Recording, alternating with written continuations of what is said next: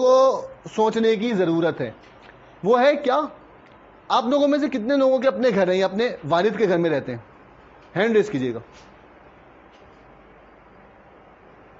बाकी लोगों के अपने घर नहीं है? कितने लोगों के अपने घर नहीं है जो रेंट पे रह रहे हैं? जिनका अपना घर नहीं है, जो रेंट पे रह रहे हैं, क्या उनका अपना घर बनाने की ख्वाहिश है? ख्वाहिश है? ख्वाहिश है, क्योंकि ये ख्वाहिश हमें बचपन से डाली गई।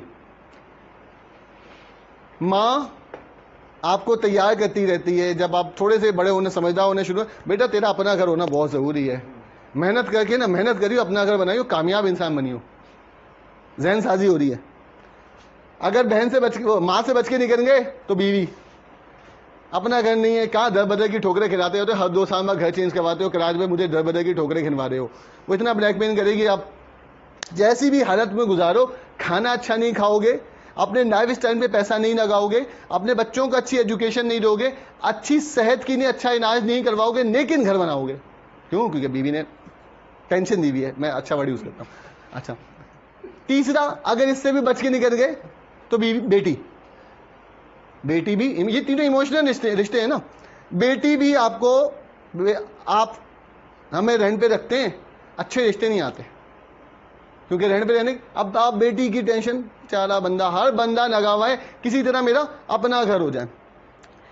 आज मैं आपको कुछ कैलकुलेशन से ये दिखाऊंगा कि पाकिस्तान में अपना घर होना वर्स्ट इन्वेस्टमेंट होती है आफ्टर 45 ईयर्स। कैसे?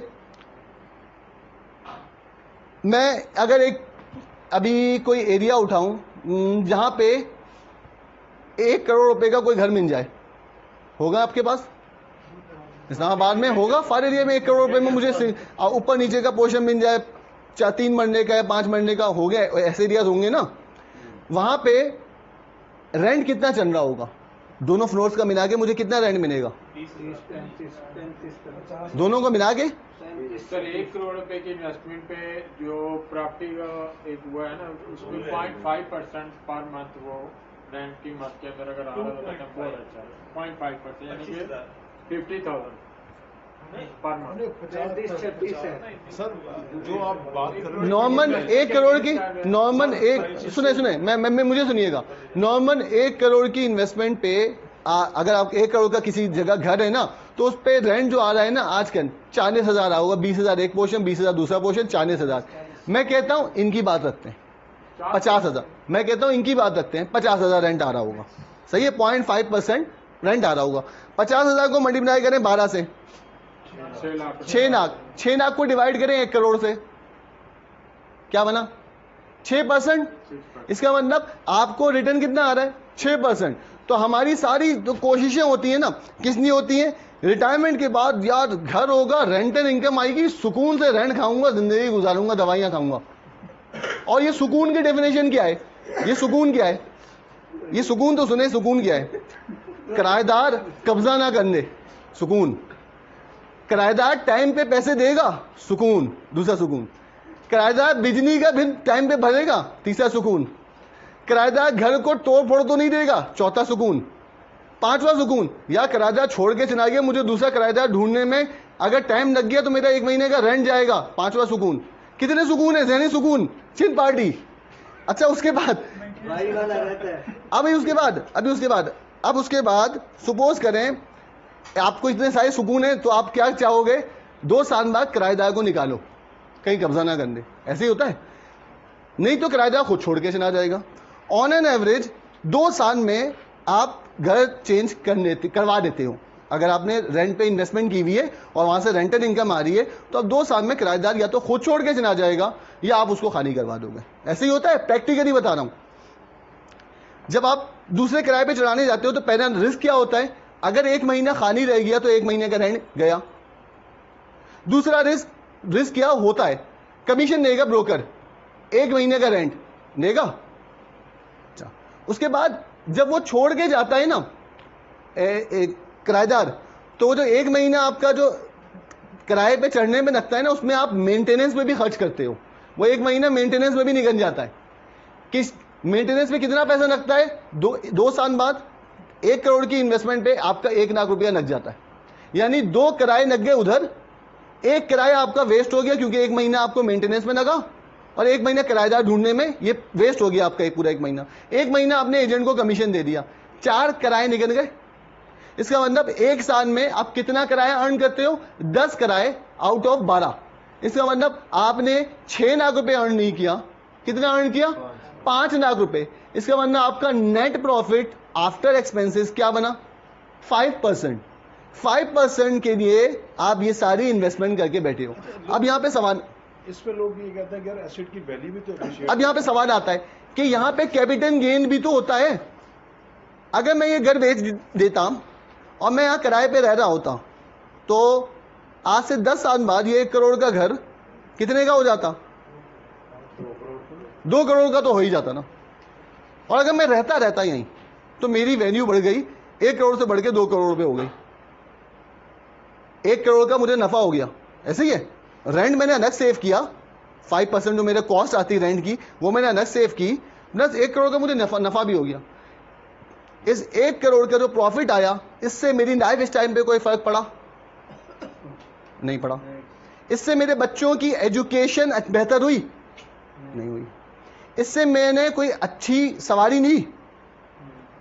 इस 1 करोड़ को मैं देख के सिर्फ खुश हो रहा हूं, दिन को बना रहा हूं, मेरी जात को कोई फायदा नहीं हुआ। हुआ? नहीं हुआ ना। अब मैं आपको एक और बड़े नाजुक तरफ लेके जा रहा हूं। जितने भी बड़े बड़े मुत्तकी लोग भी हैं ना, आज इसका शिकार है। किस चीज का? विरासत के ना तकसीम करने का। क्यों? हम सबको लगाया गया प्रॉपर्टी की तरफ, हम सब ने घर बनाए। अब सपोज करें, मैं अपनी एग्जाम्पल देता हूं, एग्जाम्पल में बोल रहा हूं, मेरी एज 45 है, अज्यूम कर रहे हैं, मेरी एक्चुअल में नहीं है, 45 मेरी एज है और मैंने बड़ी मेहनत करके ना 5 करोड़ रुपए का एक घर बना लिया। बस सब कुछ सेविंग मेरी यही थी, एक घर, और मेरी एक बीवी है, इशारा ये कर दिया था, एक है, 2 बच्चे, 2 बेटे हैं और 2 बेटियां भी हैं, यानी 4 बच्चे हैं। सपोज करें इस टाइम पे मेरी डेथ हो जाती है। अब मेरी डेथ हो गई और मैंने वसीयत नहीं लिखी थी, तो अब बच्चे क्या करेंगे? मैंने बेटियों की शादी कर दी थी। सपोज करें 45 ईयर्स की एज पे मैं बेटियों की शादी कर चुका हूं और मैंने उनको जहेज भी दिया 25-25 लाख का, वो अलग से दे दिया था मैंने। अब मेरे पास बस ये 5 करोड़ का घर है जिसमें मैं रह रहा था अपने बच्चों के साथ। मेरी हो गई डेथ, बेटियों की शादी कर चुका हूं, एक बेटा एक फ्लोर पे रहने लगा, दूसरा बेटा दूसरे फ्लोर पे रहने लगा, और मां कभी इस बेटे के साथ कभी इस बेटे के साथ, दोनों के साथ रहती है। अब क्या इस घर में बेटियों का शेयर नहीं था? कितना शेयर था? 5 करोड़ का 8वां हिस्सा था बीवी का। 5 करोड़ का 8वां हिस्सा निकालने कितना बना? 12.5%। कितना बना? 62,50,000 रुपए बीवी का शेयर था। उसके बाद रिमेनिंग कितने बचे? तकरीबन 44 मिलियन, यानी 4 करोड़ 40 लाख। 4 करोड़ 40 लाख के 6 हिस्से बनेंगे। 6 हिस्से क्यों?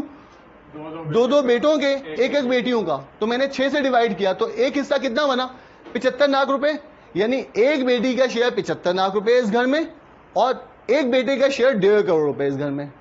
बेटे रेंट पे, बेटे रह रहे हैं यहां पे सुकून से। बेटियों को रेंट देना चाहिए या नहीं चाहिए? बेटों को चाहिए क्योंकि उनका शेयर है, लेकिन कोई देता है? हमारे आसपास देखने, अपने अंदर देखें, सब सोचें, नहीं देते। क्योंकि ये बड़ा डायनेमाइट ना, हम सबको घर बनाने पे लगा है, हम सबने घर में पैसे फंसा दिए, मट्टी में पैसे फंसा दिए, और ऐसे फंसा दिए कि अब बेचेंगे तो या बच्चे कहां रहेंगे सड़क पे। और अगर कोई बेटे के जहन में आ गया, अच्छा सोचते हैं, किसी बेटे के जहन में आ गया, यार नहीं यार, वो उसने किसी मौलवी से सुन के आ गया और जज्बाती हो गया, आज के लोग कहते हैं वो जज्बाती हो गया, मौलवी ने बहका दिया, मौलवी की बातों में आ गया। मौलवी को अच्छी बात कर दी ना, वो घर आके करे, वो मौलवी की बातों में आके जज्बाती हो गया, बहक गया है। वो आगे बोले इसमें बेटियों का शेयर बनता है, अम्मा ये घर बेच देते हैं। अम्मा के इसमें कितने शेयर है? अभी सिर्फ 62,50,000 रुपए शरई हैसियत से, सिर्फ 62,50,000। डिस्कस किससे कर रहा है? अम्मा से। कहा अम्मा ये घर बेच देते हैं, और बेच के बेटों को, जो बेटियां हैं ना, बहनें, उनको शेयर देते हैं। तो अब उसने बात बहनों की है, लेकिन मां क्या बोलेगी? रन मुरीद। बीवी के बहकावे में आ गया, बीवी बहका रही है तुझे, यही सुनेंगे ना बेचारे ने। अब वो बेचारा गया। हैवी रिसर्च लग रही है आपकी। बहुत किए। अच्छा, अब वो बेचारा गया, अब वो एग्जीक्यूट नहीं कर पाएगा। एग्जीक्यूट तो दूर की बात, वो इस बात को जबान पे भी नहीं ला सकता। हमारी सोसाइटी ने इस तरह का माहौल क्रिएट कर दिया। अब उसके बाद हम सबको इसमें क्यों लगाया गया? हमें यूं, आप यहां से बाहर निकले और आपको तो यहां से जितने आपको बैनर्स और बिनबोर्ड्स नजर आएंगे ना, 70 to 80% बिल्डर्स, ये प्लाजा, वो प्लाजा, ये स्कीम, वो स्कीम, ये डीएचए गुजरावाना, डीएचए मुल्तान, डीएचए बावनपुर। कितनी जमीनें बेचोगे? कब तक बेचोगे? कब तक बेचोगे? जो पैसा प्रॉपर्टी में लग जाता है ना, वो इकोनॉमी से निकल के डंप हो जाता है, मट्टी में जला गया। उसकी वैल्यू बढ़ रही है, एक्चुअल में उसकी वैल्यू नहीं होती, उसकी इन्वेस्टर्स ने वैल्यू बढ़ा दी। आप देखें, हमें इस पे लगाया कि अब इंडिया के इंडियन ड्रामे को कोई देखता हूं ना बाहर के चैनल से, केबिन से नहीं, बाहर के चैनल से, आप इंडियन एड्स देखें, वो कितने जबरदस्त एड्स होते हैं। सॉफ्टवेयर के एड्स, टेक्नोलॉजी के एड्स, हमारे पास बिल्डर्स के एड्स। हमें प्रॉपर्टी में उलझा दिया गया। अब ये देखें, पिछली गवर्नमेंट आई, दो तरह की स्कीम्स आई, एक रोशन पाकिस्तान, एक कामयाब जवान। रोशन पाकिस्तान स्कीम क्या थी? 5% पे कर्जा लो, घर बनाओ। जो घर उस टाइम पे 50 लाख का था, वो 1 करोड़ का हो गया। हम लोगों ने 1 करोड़ पे घर लिए, क्योंकि 5% पे कर्जा मिल रहा था। अब वो कर्जा 20 साल के लिए फिक्स हो गया। आज रेट चल रहा है 25%, 20% एडिशनल सब्सिडी उसको मिल रही है, जिसने भी वो फाइनेंसिंग लेनी। वो सब्सिडी की कॉस्ट कौन बेयर कर रहा है? मैं और आप, अपने टैक्स के पैसों से। अल्टीमेटली ये कॉस्ट भी हम पे ही आती है। क्यों? क्योंकि अगर जो सब्सिडी में जो पैसा जाता है ना हमारा टैक्स का, उससे इन्फ्लेशन आती है। ठीक है, कोई ना कोई। अच्छा, दूसरी स्कीम बहुत अच्छी थी, वो थी कामयाब जवान प्रोग्राम। वो क्या था? वो ये था, कर्जा लो, कोई छोटा सा कारोबार शुरू करो। वो एंटरप्रेन्योर क्रिएट करने की स्कीम थी, बहुत अच्छी स्कीम थी। लेकिन हुआ गया, आप अपने जानने वाले रिसर्च करें, खुद 100 लोग उठाएं, 100 में से 10 लोग आपको मिल जाएंगे जिन्होंने रोशन पाकिस्तान स्कीम पे कोई ना कोई घर ले लिया होगा। 100 में से 10 बोल रहा हूं। और आप कामयाब जवान का पूछेंगे, 100 में से शायद 1 ना मिले। यह है डायनेमा हमारे मुल्क का। अच्छी चीज पे हमें आसानियां नहीं दी जाती, और बुरी चीज को इतना आसान कर दिया जाता है कि हम फंस जाते हैं। तो प्रॉपर्टी में पैसा डंप होता चला गया।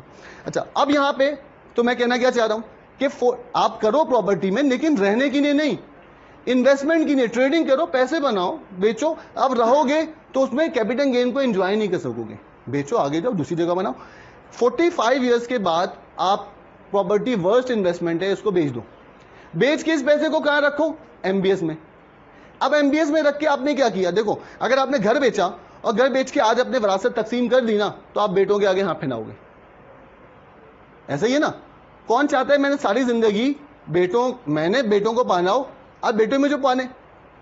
भैया, हर बंदा इंडिपेंडेंट रहना चाहता है ना। तो जिंदगी में कोई भी विरासत तकसीम नहीं करता, नहीं देता।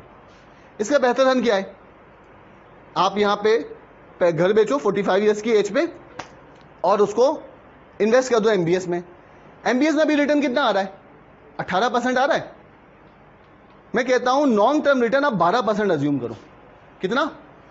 लॉन्ग टर्म रिटर्न 12% अज्यूम करो कि 12% प्रॉफिट चलता रहेगा लॉन्ग टर्म पे। ये 25 साल की हिस्ट्री ये कहती है कि आपका average return fix income avenues से 12% आ जाता है। सुबह तो 12% आता है। अब मैंने 5 करोड़ रुपए, अगर मैं घर जिसमें रह रहा था, वो मुझे कितना रेंट पे, वहां पे कितना रेंट होगा अंदाजन? लाख, सवा लाख, 1.5 लाख रुपए रेंट रख लो। मेंटेनेंस लगा मिला के 1.5 लाख रुपए रेंट रख लो। साल का रेंट कितना हो गया? 1.5 लाख को मल्टीप्लाई करें 12 से, 18 लाख रुपए साल का रेंट हो गया। अब मैंने अगर ये घर बेच दिया और मैं रेंट पे शिफ्ट हो गया, तो मुझे रेंट कितना देना है? सिर्फ 1.5 लाख रुपये महीना, 18 लाख रुपये, और 12% मैं कमाऊंगा। कमाया 12%, तो 50 मिलियन का 12% कितना बनता है? 60 लाख रुपया। 60 लाख को डिवाइड करें 12 से, कितना बना? कमा रहा हूं 5 लाख, रेंट कितना दे रहा हूं? 1.5 लाख। रह रहा हूं उसी घर में जिस घर को बेचा मैंने। अब यहां पे रिस्क है दो। क्या? मैंने घर बेचा, ये पैसा इन्वेस्ट कर दिया MBS में, अपना घर छोड़ के किराए पे आ गया, तो मेरी लाइफ स्टाइल में चेंज तो कोई नहीं आया, क्योंकि मैंने 1.5 लाख रुपए वहां, बाकी तो री इन्वेस्ट कर रहा हूं। नहीं, आप री इन्वेस्ट पूरा ना करो, आप 50,000 रुपए एडिशनल निकालो, यानी 1% एडिशनल निकालो। किस चीज के? कि मैं पार्टी करूंगा, घूमूंगा फिरूंगा, लाइफ एंजॉय करूंगा। 45 साल मैंने बहुत मेहनत की, अब मैं बच्चों में डिपेंडेंट भी नहीं हूँ, लाइफ एंजॉय करूंगा। मैं हर 2 साल में फॉरेन ट्रिप मारूंगा, 2 साल बाद फॉरेन ट्रिप मारूंगा। मार सकता हूँ मैं? 50,000 रुपये निकालना हूँ महीने के, तो साल के कितने निकालूंगा? 6 लाख। 2 साल में कितने हो गए? 12 लाख। 12 लाख रुपए से मैं फॉरेन ट्रिप मार सकता हूँ और उम्रा करने जाऊंगा, वही घूम के आ गया और उम्रा करने जाऊंगा ना 12 लाख। अब आप कहोगे मेरा इतना कितना 12 लाख का उम्रा कर रहा है, तो एक ना थोड़ी जा रहा हूँ, 5 बंदों के साथ जा रहा हूँ ना, शेयरिंग पे जा रहा हूँ। एक मैं खुद 4 बीवियां, मतलब उम्मीदें अच्छी रखती ना। तो अब एक बंदे की शेयरिंग में कॉस्ट कितनी आ रही है? 2.5 लाख रुपए। 5 के साथ कितनी कॉस्ट आई? 12.5 लाख रुपए। हर 2 साल में उम्रा कर रहा हूँ। अयाशी है नहीं है, पार्टी है नहीं है। अच्छा, अब यहां पे आप 50 मिलियन की आपने इन्वेस्टमेंट की थी MBS में, और आपने नॉमिनी बना दिया। कितना? बीवी को नॉमिनी कितना किया? 12.5%।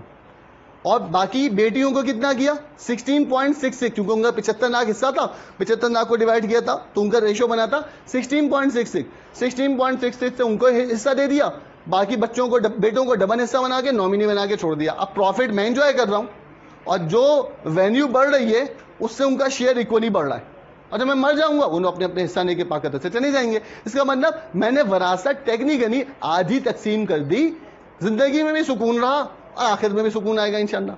अब यहाँ पे रिस्क क्या आ रहा है कि रेंट हर साल जो 8-1.5 लाख है ना, 8-1.5 लाख है, 25 साल अगर मैं जीत गया, मेरी एज क्या हो जाएगी? 70 साल।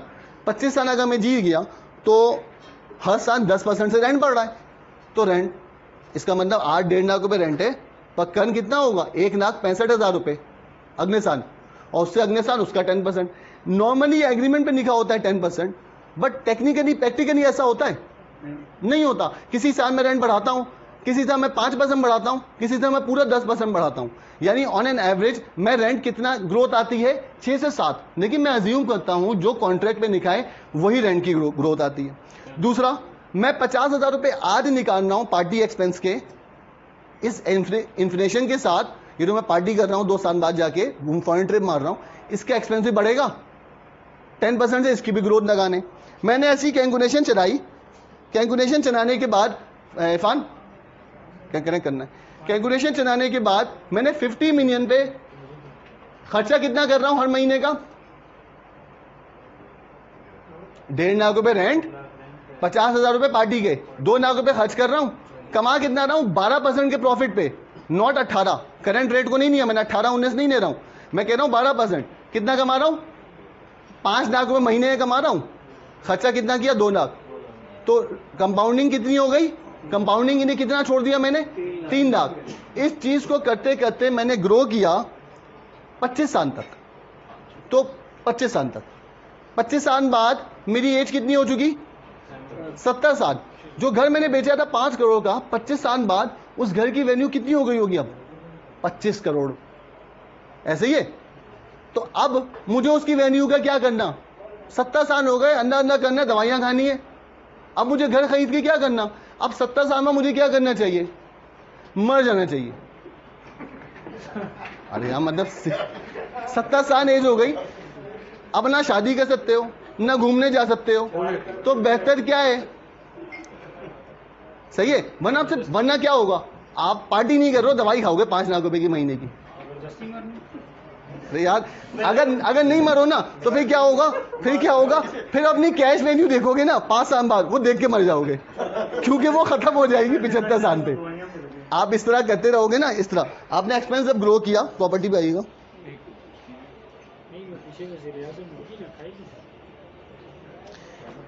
इसमें मैंने अज्यूम किया, आप वहां पे सामने कैलकुलेशन देख रहे हैं, मैंने 50 मिलियन दिया और प्रॉफिट रेट दिया 12%।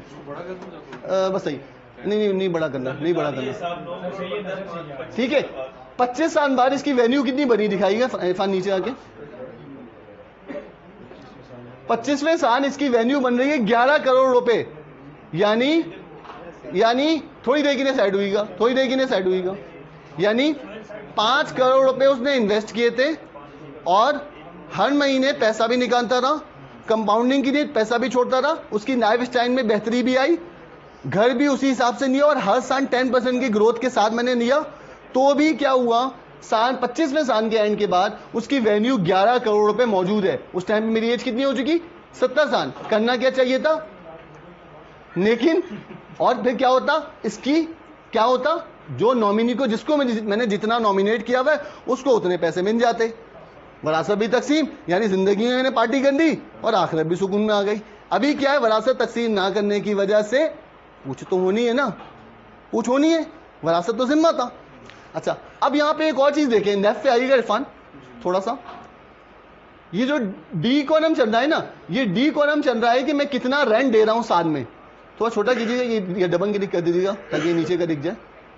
आप ये देखें 25वें साल मैंने हर साल रेंट को ग्रो किया है। 25वें साल में रेंट कितना दे रहा हूं मंथली, 15 लाख रुपए। कहां से शुरू किया था, 1.5 लाख। यानी मेरी कितनी कंजर्वेटिव अप्रोच है, उसके बावजूद 25 साल में मेरा पैसा बढ़ रहा है, खत्म नहीं हुआ। और उसके बाद मैंने पार्टी एक्सपेंसिव कितने से शुरू किया था, 50,000। 25वें साल के बाद मैं कितना निकाल रहा हूं, 5 लाख रुपए तकरीबन। इसका मतलब मैं उसको भी इन्फ्लेशन से कवर कर रहा हूं। उसके बावजूद मेरे 11 करोड़ रुपए, अगर सिर्फ 12% का सालाना प्रॉफिट आए तो मेरी वैल्यू 25 साल बाद 11 करोड़ रुपए हो जाती है और मेरी लाइफ स्टाइल में। तो भाई आज के ये सेशन का ये मकसद था, आपको इतनी तमीर बांधने का ये मकसद था, ये कैंगुलेशन दिखाने का कि आपने लोगों को एक मकसद मैंने आपको दिया था करंट अकाउंट सेशन के शुरू में, कि उस पर आपने नियत करने कि मैंने इस पैसे को जो फ्री में बैंक कमा रहा है इसको निकाल के इसका जो प्रॉफिट है 200 अरब रुपए, ट्रिलियन रुपीस का प्रॉफिट, ये गरीबों तक पहुंचाना है। ये नियत करें, इंशाअल्लाह ताला अल्लाह सवाब भी देगा कमीशन और सैलरीज के साथ। दूसरी नियत यहां पे एक और सवाब की नियत करें, ये जो हमारे मुल्क के साथ हमारी सोसाइटी ने, हमने जो अपने साथ किया, बेसिकली किसी को ब्लेम करने की जरूरत नहीं है, हमने अपने साथ किया। हमने प्रॉपर्टी को इतना लाजिम बना दिया, उस चक्कर में हमने एंटरप्रेन्योर्स बनाने छोड़ दिए, बिजनेसमैन नहीं क्रिएट कर सके, क्योंकि हमें फिक्स पैसा मंथली चाहिए था कि किसी भी तरह मैं सेविंग करके घर बनाना है मुझे। सबको घर बनाने पे लगाया और हमने बिजनेसमैन बनाने, एंटरप्रेन्योर बनाने छोड़ दिए। हमने ये जो पैसा प्रॉपर्टी का डंप हुआ, जिससे इन्वेस्टर्स ने पैसे बनाए, असल में किसने पैसे बनाए, हम, एक आम बंदे के पहुंच से दूर हो गया घर। हमें अगर इस कॉन्सेप्ट पे, इस मुहिम पे हम काम करेंगे इस नियत से कि मैंने लोगों के जो फालतू में इन्वेस्टमेंट करते हैं प्रॉपर्टीज में, वो प्रॉपर्टी में इन्वेस्टमेंट बिकवा के एमबीएस में लेके आनी है, इस नियत से कि मैं बिकवा के प्रॉपर्टी की वैल्यू इतनी नीचे लेके आऊंगा इंशाअल्लाह ताला कि आम लोगों की पहुंच में घर आएगा और एक एक्चुअल वैल्यू जो घर की होनी चाहिए उस पर घर एक आम बंदे को मिलेगा। तो इंशाअल्लाह आपको इस नियत से काम करेंगे तो ये दूसरा सवाब भी आपको जरिया बनेगा। Thank you so much. मैंने कोशिश पूरी की कि आपको